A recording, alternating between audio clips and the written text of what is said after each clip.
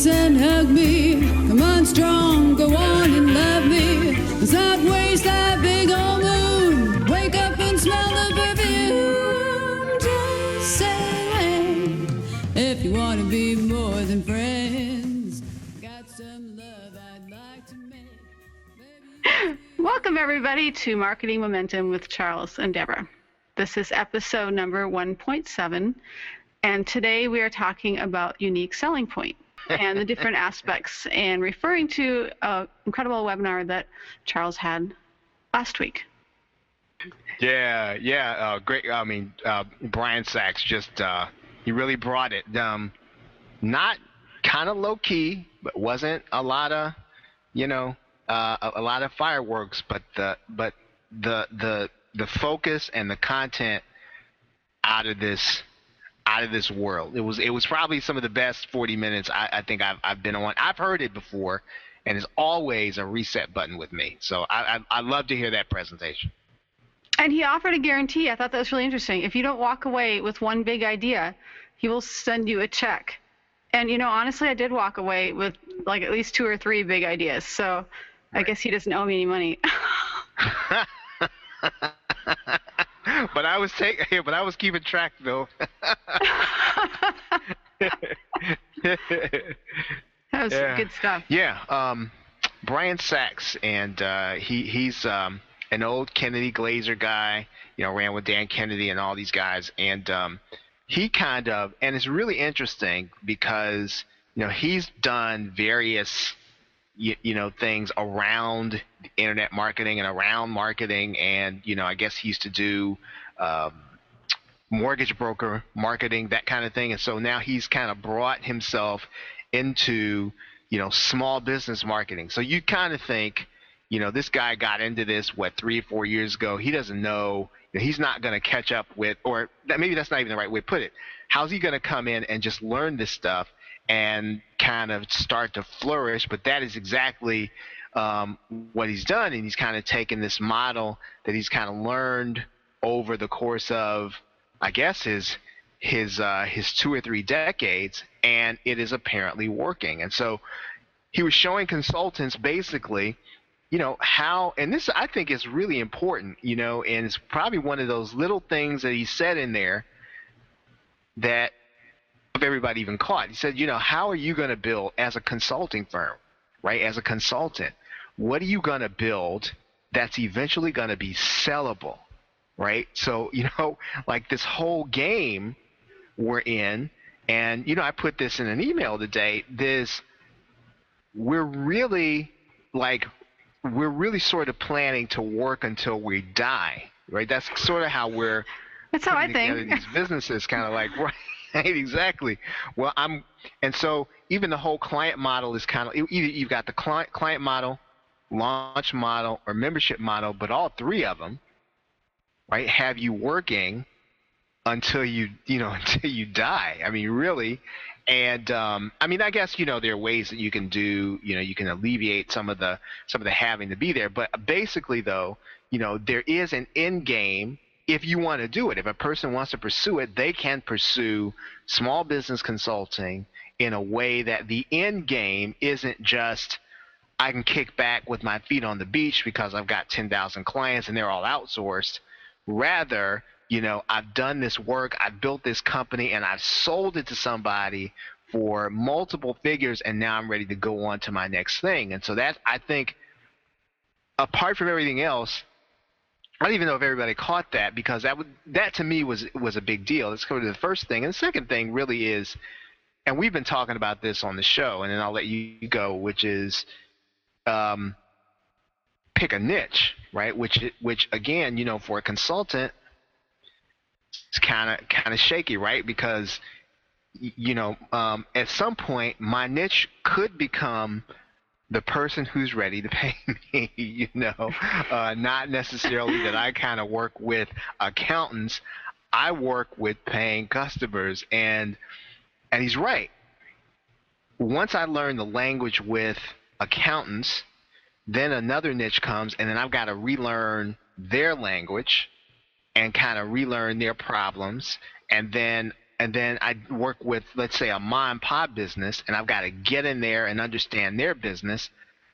Everything that we just did with those 3 customers, we sort of lost a lot of our time, right? And, we're talking about burnout.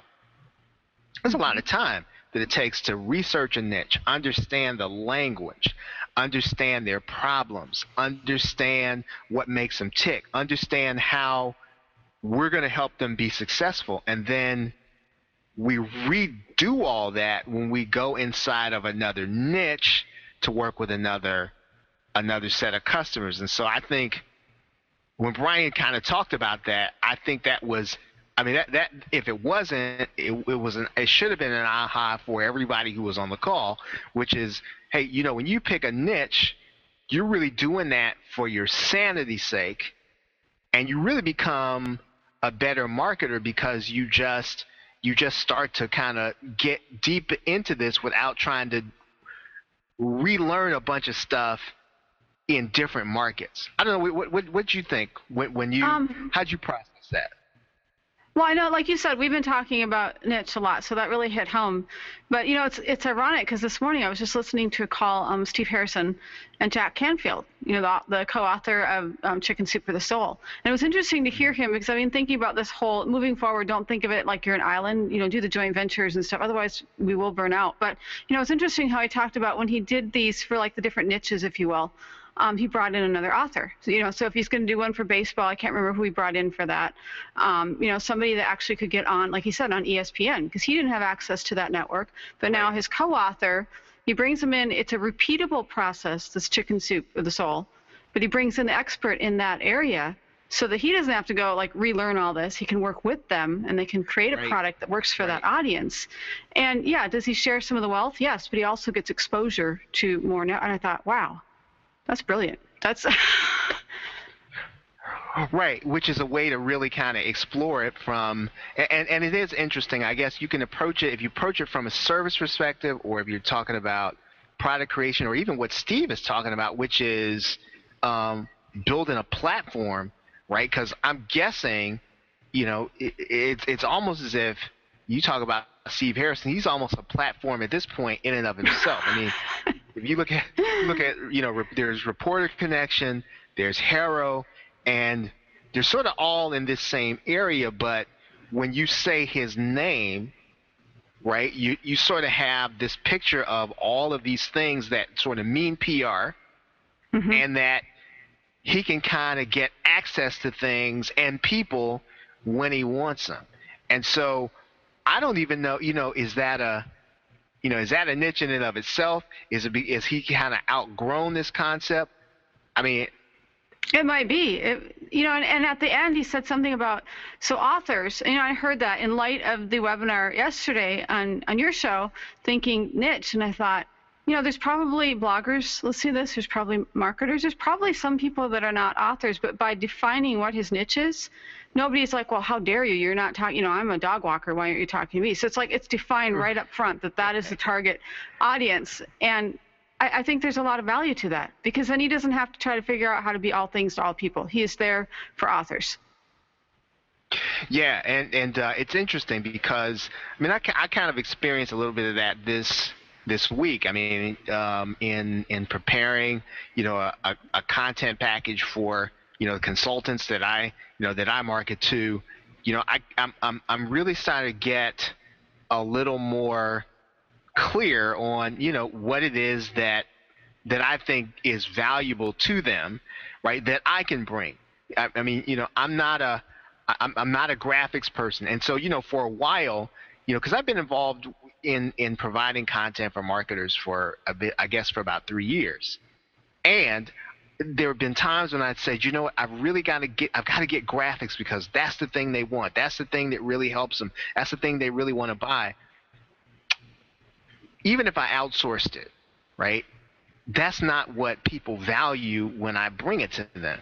And what I'm starting to find, and what I have found, is that what people value that I bring, right, to a content package is all the other stuff, which is the education. And that's where it kind of comes natural for me to put together a panel of experts where, you know, in addition to the content, I'm going to give them the experts also.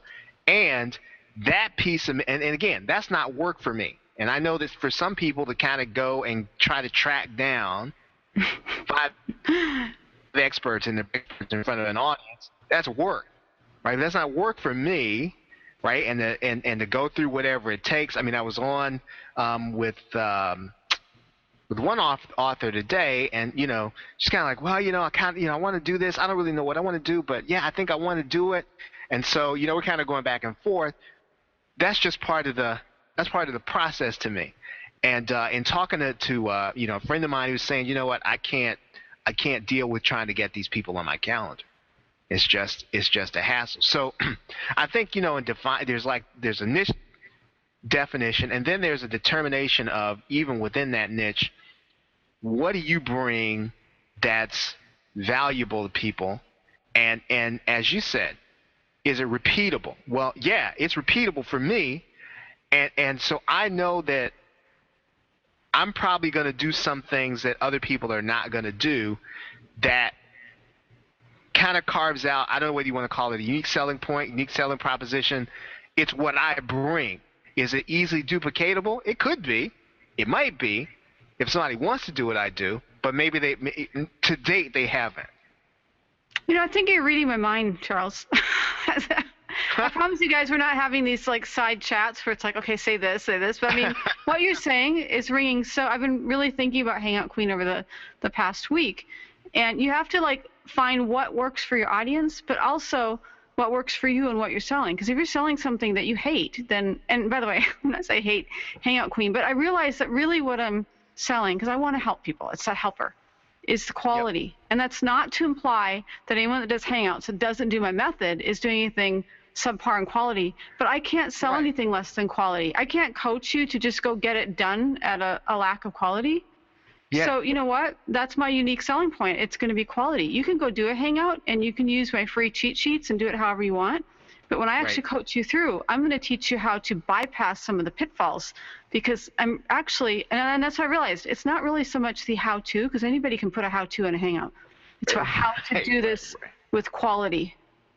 And I think that's really, it's kind of a strange USP. I'm like, how do you sell it? It's kind of like, okay, here's your free cheat sheets, but when you really want a quality job, come find me. I'll coach you through it. Yeah, because I'm guessing there is going to be, you know, and we all have those areas, I think, in stuff we buy, right? You know, well, we were just talking about coffee. I buy, you know, my wife is ruthless when it comes to being frugal, but she buys pretty much Starbucks because I'm not going to drink anything else. And it's not because Starbucks is great, right? It's just because that's sort of my thing. So I don't see any other coffee, right? There is no other coffee. And I think the same would be true with Hangouts. It's kind of like somebody's going to see a Hangout done and they're going to say, oh, well, I don't think I want to do that. And then they're going to see one you do, say, oh, well, that's kind of the way that I want it. And so those are going to be the people that are sort of going to want to work with you. And then other folks who sort of say, hey, man, just slap it up there. Just get it up there. Just get some content out there, right? They're not gonna want to go up that level to get you to coach them, because that's not what they're looking for. It's kind of like they don't see that as being something that, you know, is going to be part of whatever they use to broadcast. I think, and it's hard, it might be hard to state, but I think you've defined it, right? Which is, it makes a difference when you have, you know, your thumbnails are different from other people's thumbnails, right? Some people even put a thumbnail up there, right? When they do a Hangout, you're going to put something up there. You're going to do some post-processing. Some people say just let it, you know, just let it fly, which is cool, right? It's cool. But if I came to them and I said, well, if I'm looking for a certain level of appearance because I know that's going to be for my customers, I would not want the just slap it up there. I would say, well, I want the level at which, Deborah Anderson puts it together, because that's what I need for my customers. So I think you're right, man. I mean, when you define that thing for a Hangout Queen, it is. I mean, I don't know what I don't know how you say that in a way that makes people feel like they gotta buy it. But what you've defined is definite. There's a difference between what some people are gonna want, other people are not gonna want.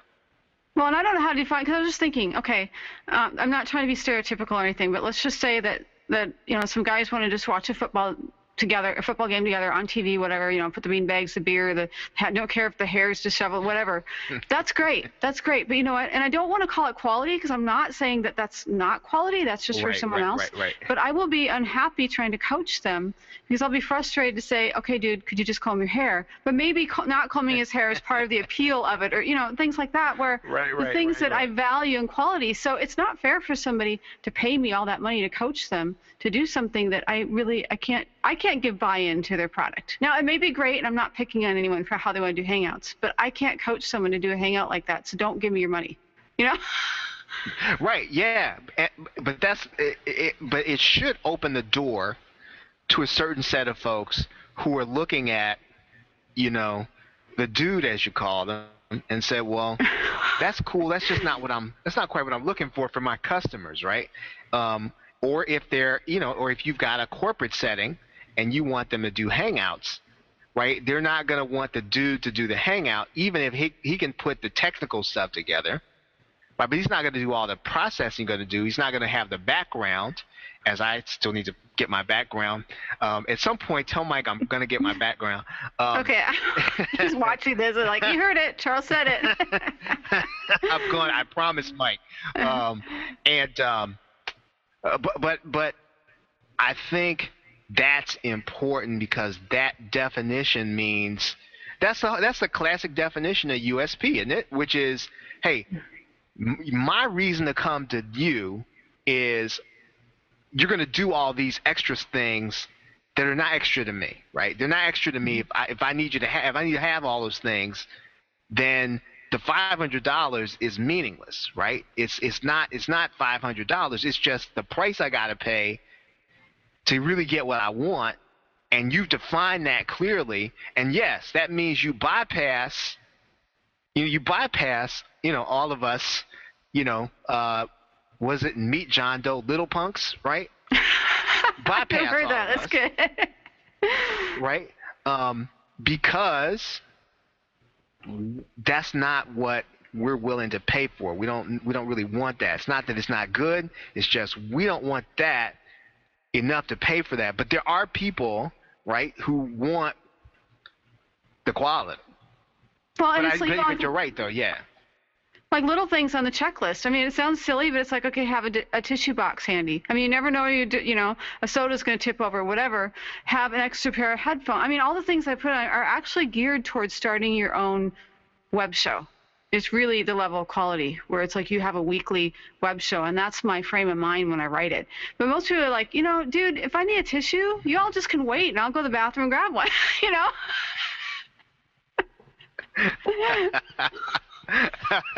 Right, yeah.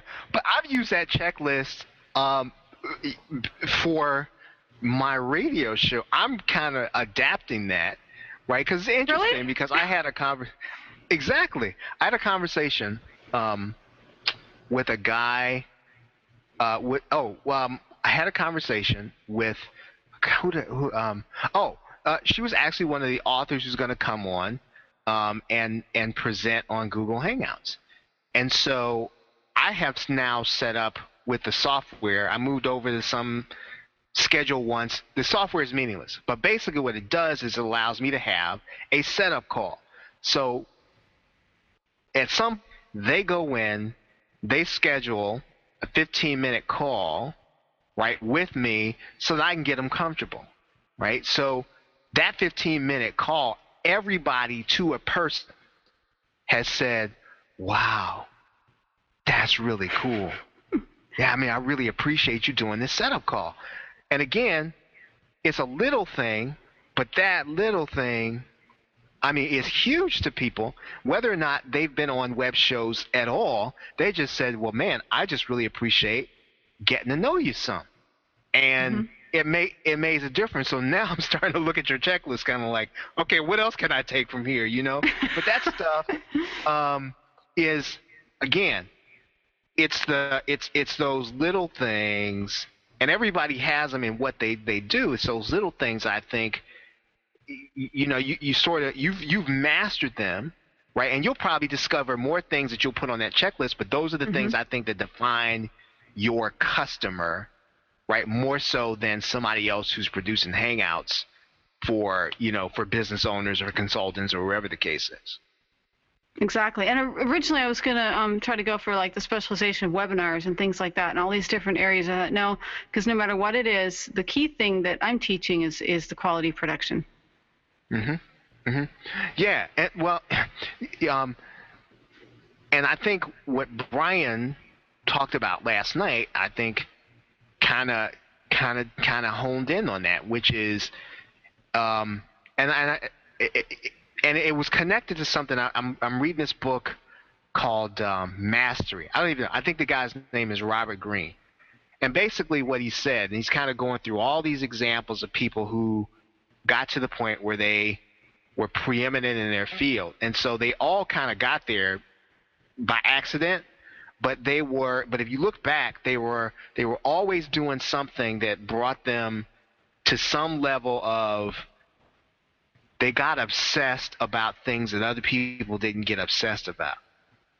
And you know, when you talk about these little things with Hangouts, that's important, but it's not going to be important to everybody. But if somebody doesn't obsess about them, right? If somebody doesn't obsess about them, then nobody ever masters it enough to say, hey, these are the things that you need to be doing. This is the pace that everybody's got to run at. And I think, you know, all of us who are in consulting or internet marketing, some of us, we're selling basically ones and zeros, right? We're not making anything. We're not, until there's a 3D printer, until we all have 3D printers, we're not making anything.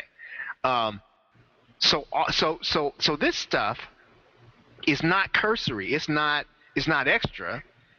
It's necessary, because you do have to master something. You do have to set the pace someplace, because at some point everything can't be I followed this formula that I bought in an information product course and now I can do it too. That's not going to be the level that you can survive at going forward. At some point, you know, you got to master something, and you got to be known for something. Even a consultant, right? And especially a consultant, because we've talked about this before. How many social media ninjas are there? Right? A lot. Right. Or you know, what is it? Social media guru. I mean, there's a gazillion of them, and they're growing every day. And what is it? At some point, who knows? I mean, you can get a machine to do some of this stuff, right? and Which so does a lot too. So I think, again, that's where, you know, you say, hey, these are the kind of things that make a quality production. Machine can't do that, right? And somebody who took an info product course can't do that, and somebody who hasn't worked at this can't do that. And so because of that, then if I wanna hang out and I want it to be at here, hey, you know what? It's either I pay the price, or I'm willing to pay the price, or I just don't want that level of quality. That reminds me, we've been saying, Brian, do you mind giving me a pitch for your webinar last night? And also the Malcolm Gladwell, you keep quoting him as far as the number of the 10,000 hours. I'd love to hear what the book is, in case people are curious about resources. Yeah. Well, let's see. There's a webinar at, and I've got a strange URL. That's kind of my dummy URL. It's Haon, which is HAON.biz/mentor. And that's because Brian has been a mentor to me. So there's a webinar there where Brian talks about this concept of focusing on a niche as a consultant and building a sellable business, scalable and sellable. And like I said, those two concepts in and of itself, yes, he's marketing something at the end. Yes, he's gonna, he's kind of pitching at the end. Even if that's not your thing, that webinar, it for a consultant is just worth your time. Those 30 minutes will kind of give you a broader perspective on what's possible in the consulting business. And then now the Gladwell book is called Outliers. And I can't say enough about that book.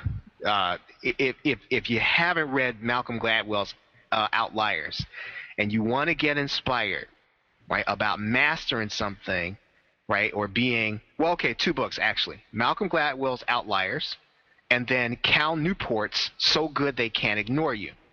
Because they both talk about this research that says it takes 10,000 hours before you achieve mastery in anything, which goes back to what we were talking about again, sticking at something long enough where you have 10,000 hours, and then being willing to stick it out when it ain't paying as much as you'd like it to pay.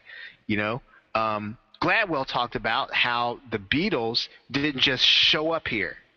They had been playing in Hamburg for years, right? And so they had been playing in this dive, and they weren't getting paid a whole lot, but they were learning how to work the crowd. So when they showed up on the Ed Sullivan Show, everybody went crazy, and they thought that this was some accident. It wasn't an accident.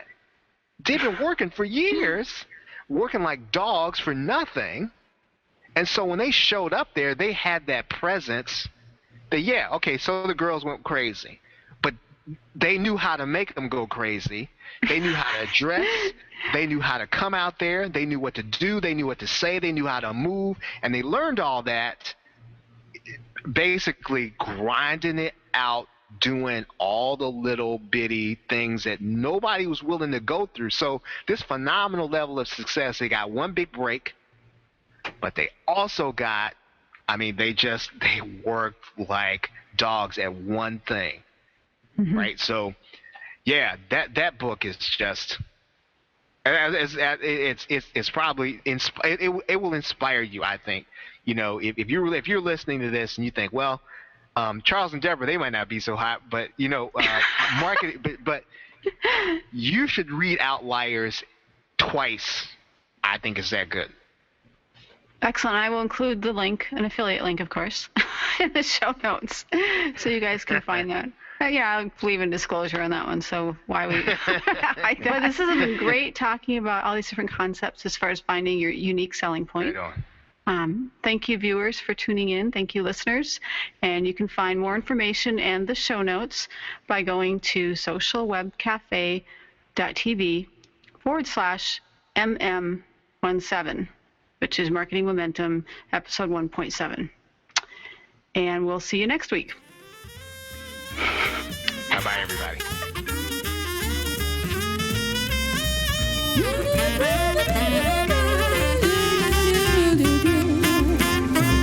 Don't you wanna kiss and hug me? Come on strong, go on and love me. Let's not waste that big old moon. Wake up and smell the perfume. Just say if you wanna be more than friends. Got some love I'd like to make.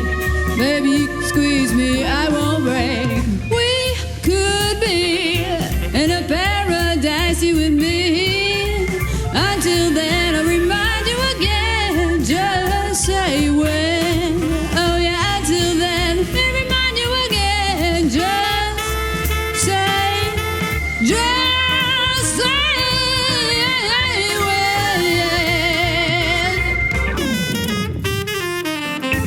Oh baby, just say when.